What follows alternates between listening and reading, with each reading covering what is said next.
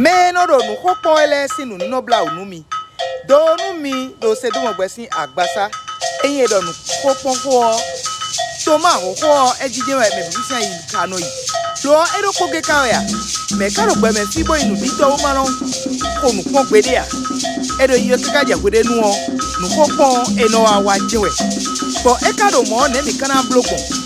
Ni adole e o we di nu a tokoto mo ado a. E o penu e to ma ko e do nu akuno do ma mo ana si ku ya e o.